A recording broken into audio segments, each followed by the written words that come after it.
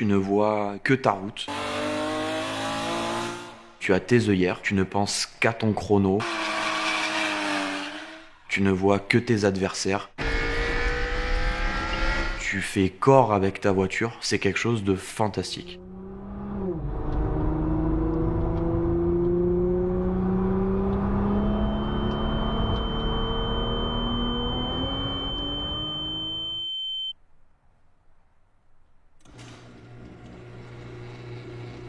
J'ai toujours été passionné d'automobile, ça je pense que c'est un peu à cause ou grâce à mon papa. Je m'appelle Oran Fort, j'ai 29 ans, je suis originaire de Marseille. Aujourd'hui je suis chef d'entreprise, je me suis lancé il y a maintenant presque 3 ans. Moi le drift c'est quelque chose en fait qui m'a vachement plu parce que c'est hyper complet en fait comme discipline. C'est une multitude en fait de notions de pilotage. Ça t'apporte des sensations qui n'existent nulle part ailleurs dans le milieu du pilotage automobile.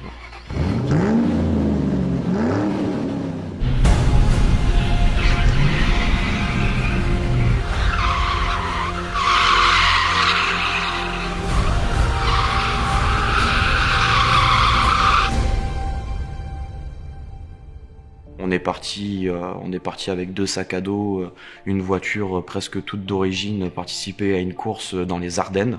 Et de là, en fait, l'aventure a démarré. Pendant 5 ans, en fait, on a développé cette équipe, on a développé cette voiture. J'ai pu rouler sur beaucoup de circuits, des circuits mythiques. Je me sers aussi de ces 5 ans d'expérience dans l'activité que je fais aujourd'hui. J'ai tout simplement eu envie, un matin, en me levant, de m'assumer pleinement, d'assumer ma vie, de créer mon propre chemin. Cette compétition m'a amené à des opportunités. La transition a été très compliquée, t'as pas d'école qui t'apprend ça. Et elle m'a tout de suite mis dans le bain. Il va falloir que tu bosses. Avec Mégane, on a commencé notre première journée en octobre 2018. J'ai pris contact avec Oran parce que j'ai vu qu'il avait un univers axé autour de l'automobile. Ce jour-là, il était justement en déplacement sur une course, donc il était en championnat, et on a commencé à parler du drift, de l'automobile, de la mécanique, et ça a été une très belle rencontre, certainement la plus belle rencontre de toute ma vie.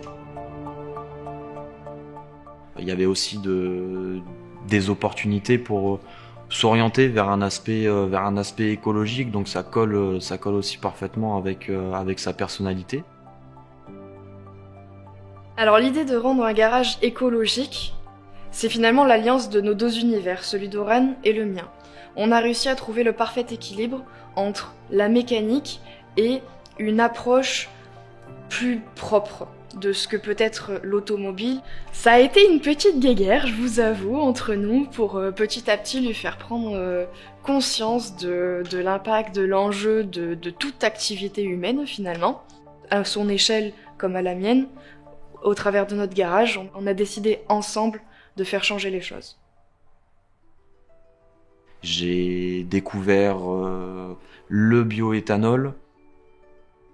Au moment où il s'en est vraiment aperçu et où il l'a vraiment considéré, ça a été lorsqu'il m'a parlé de l'éthanol. Je me suis spécialisé dans le bioéthanol. J'aime beaucoup ce carburant pour plusieurs aspects. Majoritairement, il est produit sur nos terres agricoles. On a quand même beaucoup de stations aujourd'hui dans lesquelles on peut se desservir. C'est donc un moyen de transition énergétique qui est concret. L'éthanol est un carburant formidable.